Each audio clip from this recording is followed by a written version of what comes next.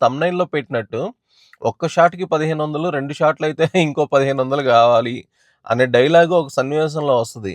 ఇది మీకు మచ్చుకే చెప్తున్నా. అసలు ఈ సినిమాలో హైలైట్స్ గురించి చెప్పాలంటే కలిసే ప్రతి అమ్మాయి దగ్గర వీళ్ళ అమ్మ గురించి చెప్తా ఉంటాడు. అండ్ ఇన్నోసెంట్ ఫేస్ పెట్టుకొని ఉంటాడు చాలా అమాయకంగా. ఒక లేజీ గ్యాంగ్‌స్టర్ మూవీ ఎలా ఉండాలో అలా ఉంటది ఈ సినిమా. నిజంగా నేనైతే కింద పడి నవ్వాను కొన్ని సీన్స్‌లో. అసలు ఒక పక్కన వెనక నుండి వాడికి అంత పెద్ద ప్రాబ్లమ్ తరుముతున్నా గూడా వాడు ప్రశాంతంగా ఉంటాడాడు. పక్కనోళ్ళకి మాత్రం ప్యాక్ అయిపోతా ఉంటది. నిజంగా ఇలాంటి మూవ్‌మెంట్స్ ఎంత న్యాచురల్‌గా రాయడం, ఎంత న్యాచురల్‌గా యాక్ట్ చేయడం. లోకేష్ కనగరాజు డైరెక్టర్‌గా ప్రూవెన్ గానీ, యాక్టర్‌గా ఎలా ఉంటాడో అని డౌట్ పడిన వాళ్ళందరికీ మాత్రం ది బెస్ట్ ఆన్సర్ ఇచ్చాడు. పోలీసుని చంపుతాను, డాక్టర్ని చంపుతాను. Hi friends, welcome to Tollyviews TV. నిన్న వీడియోలోనే మనం మాట్లాడుకున్నాం డీసీ అండ్ జీడీ నాయుడు ఈ రెండు పక్కా బ్లాక్ బస్టర్స్ అవుతాయని చెప్పి. వాటికి వచ్చిన రివ్యూస్ గానీ రేటింగ్స్ గానీ చెక్ చేసుకోండి కావాలంటే. వాటిలో ముఖ్యంగా డీసీ గురించి మాట్లాడుకుందాం. డీసీకి ఎందుకు అంత ఇంప్రెస్ అయ్యాము, డీసీ అంటే ఎందుకు అంత పిచ్చెక్కిపోతున్నారు, మూవీ ఎందుకు అంత హైప్ క్రియేట్ చేసేసింది, సడన్ గా అంత మంచి టాక్ ఎందుకు వచ్చింది అంటే, ఈ సినిమాలో ఫస్ట్ మాట్లాడాల్సింది మన రైటింగ్ గురించి. నేను థంబ్‌నెయిల్‌లో పెట్టినట్టు ఒక్క షాట్‌కి 1500, 2 షాట్‌లయితే ఇంకో 1500 గావాలి అనే డైలాగు ఒక సన్నివేశంలో వస్తది. ఇది మీకు మచ్చుకే చెప్తున్నా. ఎందుకంటే ఎక్కువ మందికి రీచ్ అవ్వాలి అంటే ఇలాంటివి రా అండ్ రస్టిక్ డైలాగ్సే రాయాలి. ఎక్కువ మందికి రీచ్ అవ్వాలి అనే ఉద్దేశమే కాదు. ప్రతి ఒక్కళ్ళు కనెక్ట్ అయ్యే విధంగా రాయాలి రైటింగ్. ఎప్పుడు కూడా జెన్యూన్‌గా ఉంటే, రైటింగ్ ఎంత జెన్యూన్‌గా ఉంటే అంత ఆడియన్‌కి దగ్గర అయిపోతది సినిమా. నాకు ఈ సినిమాలో మెయిన్ అదే నచ్చింది. మనం ఒక సమాజం గురించి లేదంటే ఒక సొసైటీలో ఒక జరుగుతున్న ఒక ఇన్సిడెంట్ గురించి ఒక సినిమా తీస్తున్నాం అంటే, ఆ ఇన్సిడెంట్‌కి సంబంధించిన సన్నివేశాలు ఎలా ఉండాలి? బాగా రా అండ్ రస్టిక్‌గా ఉండాలి.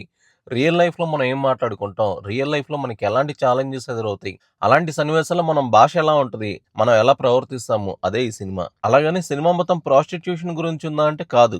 జస్ట్ ఒక పార్ట్ అంతే. ఈ సినిమా మొత్తం కూడా గ్యాంగ్ వార్స్ మీద రన్ అవుతా ఉంటది. అందులో ఇదొక భాగం. బట్ సర్ప్రైజింగ్‌లీ ఈ ఎపిసోడ్స్ అన్నీ కూడా చాలా గట్టిగా పేలుతాయి. ఈ సినిమాలో మనకు కనిపించేది దాదాపుగా ఒక 6, 7 క్యారెక్టర్స్ కనిపిస్తాయి. 6, 7 క్యారెక్టర్స్ కూడా చాలా ఇంపార్టెన్స్ ఉంటది. ప్రతి ఒక్కళ్ళు కూడా వాళ్ళ వాళ్ళ క్యారెక్టర్స్‌లో జీవించారని చెప్పాలి. అందుకే అంత బెస్ట్ అవుట్‌పుట్ వచ్చింది బయటికి. ప్రతి డైలాగ్‌కి, ప్రతి సన్నివేశానికి, ప్రతి ఎక్స్‌ప్రెషన్‌కి ఒక మీనింగ్ ఉంటది. ప్రతి సన్నివేశం మనల్ని కదిలిస్తా ఉంటది.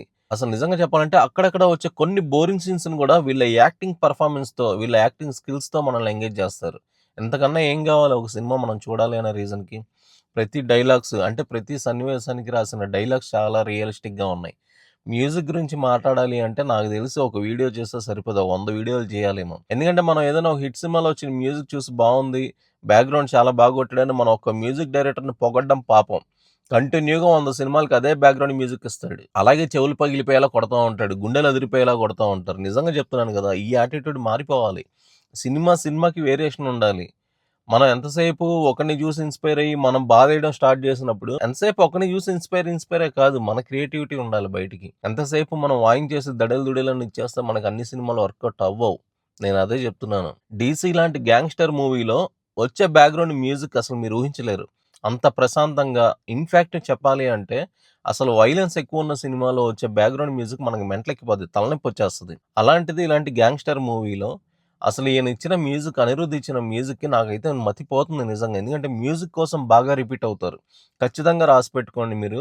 మ్యూజిక్ కోసం, లోకేష్ కనగరాజ్ యాక్టింగ్ కోసం, వామికా గాబి యాక్టింగ్ కోసం, ఈ సినిమాలో లోకేష్ ఫ్రెండ్‌గా చేసిన ఆ నలుగురు కోసం రిపీట్ అవుతా ఉంటారు ఆడియన్స్. అంత స్టఫ్ ఉంది ఈ సినిమాలో. ప్రతి సన్నివేశంలో ఇచ్చిన బ్యాక్‌గ్రౌండ్ మ్యూజిక్ మాత్రం నిజంగా గుండెల్ని పిండేస్తది. హత్తుకుంటది డైరెక్ట్‌గా. ఏంటంటే మనం వింటా ఉంటాం. అక్కడ బాంబులు పేలిపోతున్నా, గన్స్‌తో కాల్చుకుంటున్నా, మనుషులు చచ్చిపోతున్నా కూడా మనం అవేం పట్టించుకోం. అంత వయలెన్స్‌ని కూడా చూస్తూ మనం మ్యూజిక్‌ని ఎంజాయ్ చేస్తాం. మ్యూజిక్‌తో చేసిన మ్యాజిక్‌లా అనిపించింది నాకు. అది తమిళ్ వాళ్ళ సినిమా, మన సినిమాలు తమిళ్‌లో ఆడట్లేదు అవి ఇవి అనే ఈ బుల్‌షిట్ అంతా తీసేసి, చక్కగా వీలైతే మాత్రం మీకు దగ్గరలో ఉన్న థియేటర్‌లో, ఒక మంచి థియేటర్‌లో, మంచి సౌండ్ సిస్టమ్ ఉన్న థియేటర్‌లో గనక 'డీసీ' సినిమా తెలుగులో ఉంటే ఖచ్చితంగా ఎళ్లి చూడండి. పైసా వసూలు మావ అని మీరే అంటారు. అనకపోతే మాత్రం నేను ఇంకోసారి ఏ మూవీ గురించి కూడా నేనంత పాజిటివ్‌గా చెప్పను. అసలు ఈ సినిమాలో హైలైట్స్ గురించి చెప్పాలంటే కలిసే ప్రతి అమ్మాయి దగ్గర వీళ్ళ అమ్మ గురించి చెప్తా ఉంటాడు. అండ్ ఇన్నోసెంట్ ఫేస్ పెట్టుకొని ఉంటాడు చాలా అమాయకంగా. ఒక లేజీ గ్యాంగ్‌స్టర్ మూవీ ఎలా ఉండాలో అలా ఉంటది ఈ సినిమా. నిజంగా నేనైతే కింద పడి నవ్వాను కొన్ని సీన్స్‌లో. అసలు ఒక పక్కన వెనక నుండి వాడికి అంత పెద్ద ప్రాబ్లమ్ తరుముతున్నా గూడా వాడు ప్రశాంతంగా ఉంటాడాడు. పక్కనోళ్ళకి మాత్రం ప్యాక్ అయిపోతా ఉంటది. నిజంగా ఇలాంటి మూవ్‌మెంట్స్ ఎంత న్యాచురల్‌గా రాయడం, ఎంత న్యాచురల్‌గా యాక్ట్ చేయడం. లోకేష్ కనగరాజు డైరెక్టర్‌గా ప్రూవెన్ గానీ, యాక్టర్‌గా ఎలా ఉంటాడో అని డౌట్ పడిన వాళ్ళందరికీ మాత్రం ది బెస్ట్ ఆన్సర్ ఇచ్చాడు. మామూలుగా కాదు, కోలుకోకుండా చేశాడు. పెద్ద పెద్ద స్టార్ హీరో రేంజ్‌లో చేశాడు. ఒక పెద్ద 100 సినిమాల అనుభవం ఉన్న హీరోలా చేశాడు. నాకు సర్ప్రైజింగ్గా అనిపించింది అసలు సినిమా డీసీ మాత్రం. ఖచ్చితంగా ఫ్యామిలీతో వెళ్ళిపోండి, హ్యాపీగా ఎంజాయ్ చేయండి సినిమాని. అస్సలు మిస్ అవ్వకండి, సినిమాకి వెళ్ళిపోండి. ఎందుకంటే టికెట్ ముక్క దొరకదు నాకు తెలిసి. ఒకవేళ ఈ వీకెండ్ ఏమైనా మీకు వేరే సినిమాలు డామినేషన్ ఉండి అలా ఇలా ఉన్నా కూడా నెక్స్ట్ వీక్ మాత్రం మీకు టికెట్ ముక్క దొరకదు. ఈ సినిమా రాసి పెట్టుకోండి. 300 నుంచి 500 కోట్ల రూపాయలకి ₹1 తగ్గదు ఈ సినిమా.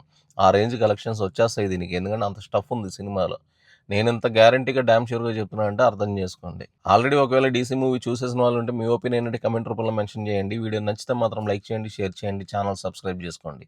Thank you. జై హింద్.